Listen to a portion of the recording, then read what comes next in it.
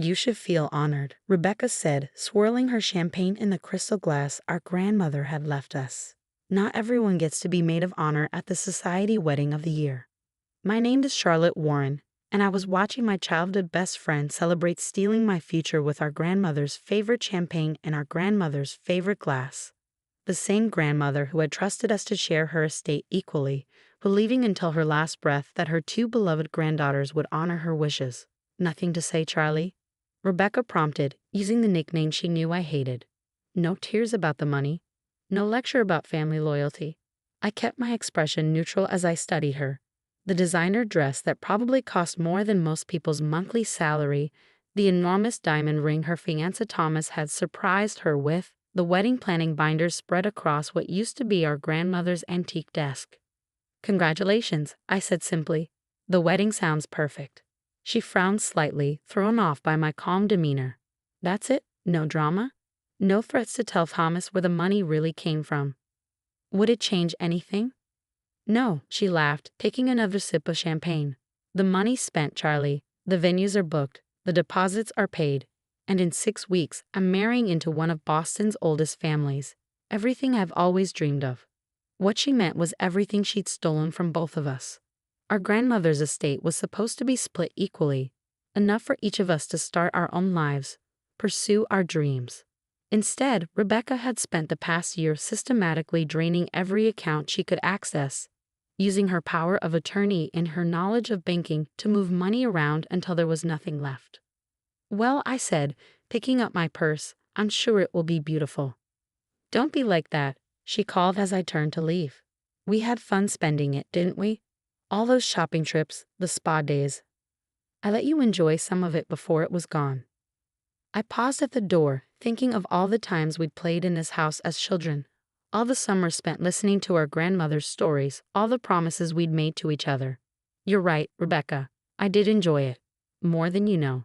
As I walked out of our grandmother's house, Rebecca's house now, thanks to some creative manipulation of the will, I could hear her already on the phone, probably calling her wedding planner about some extravagant new detail she'd thought of. What she didn't know was that I'd discovered her deception 3 months ago, right after she'd started moving the larger sums. She thought she was being clever, using her banking background to hide the transfers, but she'd forgotten one crucial detail. I worked in digital forensics. The drive home was quiet. Through the car windows, I could see Boston's familiar skyline, the same view I'd grown up with. The same view our grandmother had loved right up until the end. My phone buzzed. A text from Maya, my colleague and one of the few people who knew what I'd been planning. Is it done? Phase 1 complete, I replied. She doesn't suspect a thing. Maya was one of 3 people who knew what I'd been quietly preparing since I first discovered Rebecca's betrayal. Like me, she'd seen through the perfect facade. The extravagant spending, the whirlwind romance with Thomas, the carefully constructed image of the society bride-to-be. As I pulled into my apartment complex, I passed Mrs. Chen from next door, who gave me a sympathetic smile. She'd been friends with our grandmother, had watched Rebecca and me grow up. She knew what was happening, had probably seen through Rebecca's act from the beginning. Such a shame, she'd said to me last week. Your grandmother would be heartbroken. But that was where Mrs. Chen was wrong. Our grandmother hadn't been naive, she'd been strategic. What Rebecca never understood was that the estate she thought she'd cleverly stolen was only part of the picture.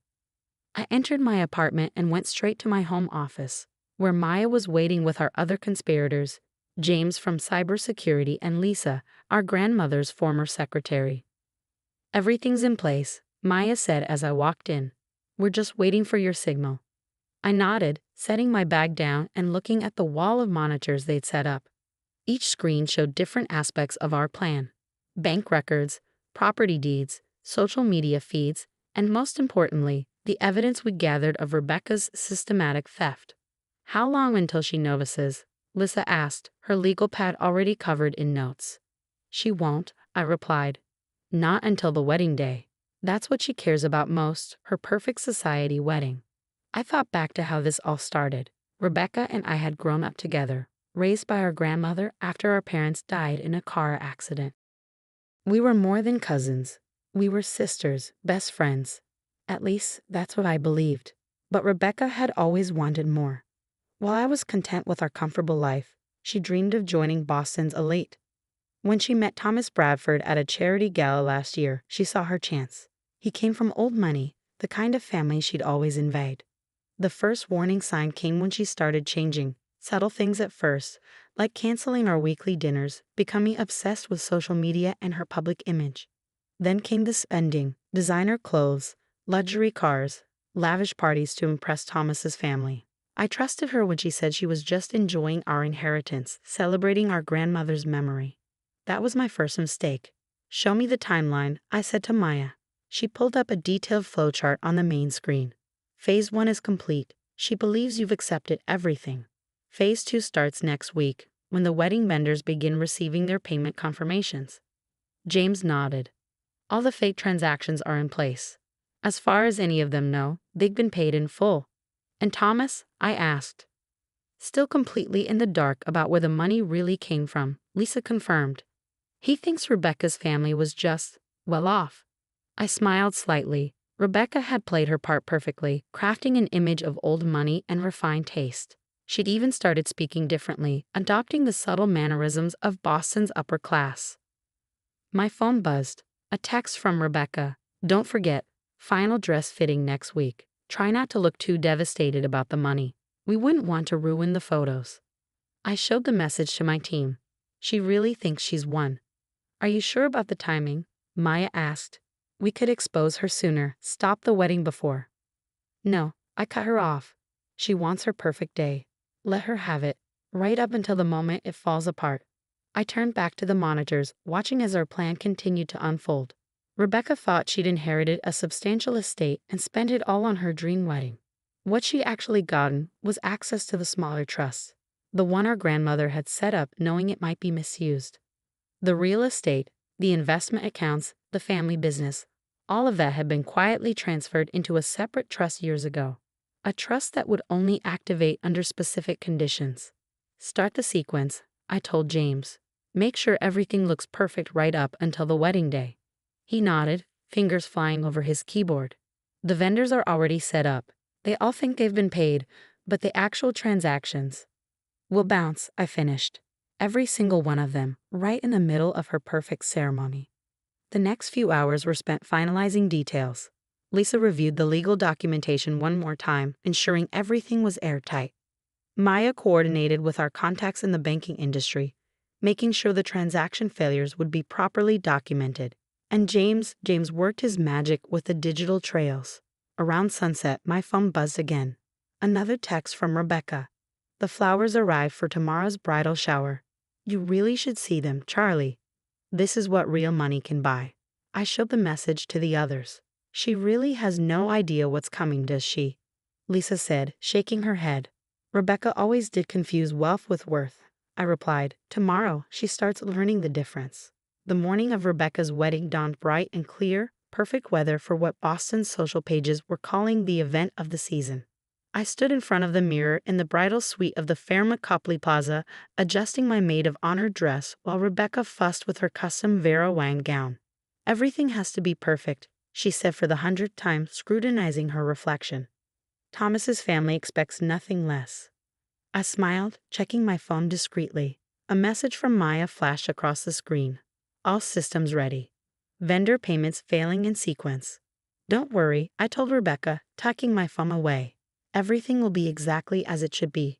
The bridal suite was a flurry of activity. Hairstylists, makeup artists, photographers, all carefully selected to create Rebecca's fantasy wedding.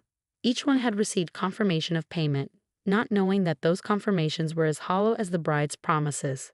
I still can't believe it's finally happening, Rebecca gushed, accepting a glass of champagne from one of her bridesmaids. All those years of dreaming, and now I'm marrying into the Bradford family. Grandmother would have been so proud. I bit back a response, thinking of the real pride our grandmother had taken, not in social status or wealth, but in honesty and integrity. Values Rebecca had conveniently forgotten. My phone buzzed again. James this time. First vendor payment bounced. Florist trying to reach Rebecca. Right on schedule. Oh God, one of the bridesmaids suddenly exclaimed, looking at her phone. Rebecca, the florist is saying there's a problem with their payment. Rebecca's face tightened slightly, but she maintained her composed smile. It's just a mix-up. Charlie, be a dear and handle it. Of course, I said smoothly, stepping out of the suite. In the hallway, I watched the notifications start rolling in on my phone. One by one, vendor payments were being rejected. The caterer, the band, the photographer, even the hotel itself. I dialed Maya. How's it looking? Beautiful chaos, she replied. The florist is threatening to remove the arrangements, the caterer is demanding immediate payment, and the hotel manager is heading up to speak with Rebecca right now. As if on cue, I saw the manager striding down the hallway, his face set in a professional mask of concern. I stepped aside as he knocked on the bridal suite door. Miss Warren, he called. We need to discuss an urgent matter regarding payment. The door flew open, revealing Rebecca in her wedding gown, her carefully applied makeup already showing signs of stress. What do you mean, payment? Everything was handled weeks ago. I'm afraid there seems to be a problem with all the vendor payments, the manager explained. The transactions have been rejected by your bank. Rebecca's face went pale. That's impossible. I have the confirmation emails. Yes, well, the manager cleared his throat. It appears those confirmations were premature. We'll need immediate payment to proceed with the wedding. I watched as Rebecca's perfect facade began to crack. She fumbled for her phone, probably trying to access the accounts she thought were still full of our grandmother's money. This is insane, she muttered, her fingers shaking as she typed. The money was there. I checked yesterday. Problems? I asked innocently. She grabbed my arm, pulling me back into the suite. Charlie, I need you to help me fix this. There must be some mistake. Like the mistake you made when you stole my inheritance? I asked quietly. She froze, really looking at me for the first time that day. What did you do? Me? Nothing. I just made sure everyone knew exactly where their money wasn't coming from. The color drained from her face as understanding dawned. You knew? All this time? I knew everything, Rebecca. The fake transfers, the emptied accounts, even the lies you told Thomas about your family's wealth. As if summoned by his name, there was another knock at the door. Thomas's mother stood there, her face tight with barely contained fury. Rebecca, she said coldly, we need to talk. Now. The next hour was like watching a carefully constructed house of cards collapse in slow motion. The vendors began removing their unpaid services, flowers disappeared from the reception hall, catering staff packed up their equipment, the band started loading out their instruments. Thomas's family, already skeptical of their son's whirlwind romance, demanded answers about Rebecca's supposedly wealthy background. The truth about her systematic theft of our grandmother's estate came out in a rush of accusations and tears. You lied to me, Thomas demanded, his face a mask of betrayal. About everything. I did it for us, Rebecca pleaded. For our future. Our future, he laughed bitterly. There is no future. The wedding's off. As the Bradford family swept out of the hotel, taking their son and their social connections with them, Rebecca turned on me, her perfect makeup streaked with tears. How could you do this to me? She demanded. I'm your family. Family? I repeated. Family doesn't steal from each other, Rebecca. Family honors their promises. I was going to pay you back, she insisted, once I married Thomas. No, I cut her off. You were going to keep taking, just like you always have. But not anymore. I pulled out an envelope, the real reason I'd let this charade continue so long.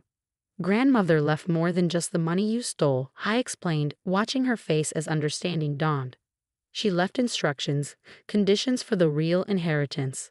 Real inheritance? Rebecca whispered. The family business, the properties, the investment accounts all held in a separate trust. A trust that would only activate if one of us proved worthy of it. And you think you're worthy? She spat. No, I said quietly. I think neither of us was until today. Grandmother knew one of us might be tempted to take advantage of the other. This was her test, to see who would choose integrity over greed. The implications of what she'd done, not just to me, but to her own future, finally seemed to hit Rebecca. She sank into a chair, her perfect wedding dress crumpling around her. What happens now? She asked, her voice small. Now? Now you start over. Without the stolen money, without the fake status, without the lies. Maybe then you'll remember what really matters. I left her there, surrounded by the ruins of her perfect day. Outside the hotel, Maya, James, and Lisa were waiting. Well? Maya asked. It's done, I replied. Everything exactly as grandmother planned. Lissa smiled sadly. She would be proud, not of the deception, but of the lesson. I nodded, thinking of all the summers spent listening to our grandmother's stories about integrity, about doing what's right even when it's hard. She had known this day might come, had prepared for it in her own way. The next few weeks were a blur of legal proceedings and media coverage. The story of the society wedding that wasn't made all the local papers. Rebecca's carefully constructed image crumbled as the truth about her theft came to light. She left Boston shortly after, unable to face the social humiliation. Last I heard, she was working at a bank in Seattle, starting over from scratch. The family business continued under my leadership, guided by the principles our grandmother had taught us. The real inheritance wasn't just the money or the properties, it was the understanding that true wealth comes from integrity, not deception.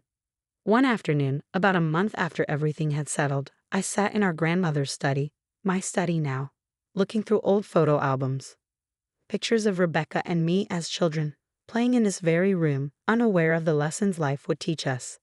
Maya knocked on the door, carrying a familiar bottle of champagne. Found this in the cellar, she said. Thought maybe it was time for a proper celebration. I smiled, recognizing our grandmother's favorite vintage. Why not? But this time, let's celebrate something real. As we shared the champagne, I thought about Rebecca, about the choices that had led us here. Part of me wished things could have been different, that she could have learned these lessons without such public consequences. But as I sat in our grandmother's chair, surrounded by the legacy she truly left us, I knew that sometimes the hardest lessons are the ones we need most. To grandmother, Maya proposed, raising her glass. No, I corrected her, to doing what's right, because in the end, that's the only inheritance that really matters.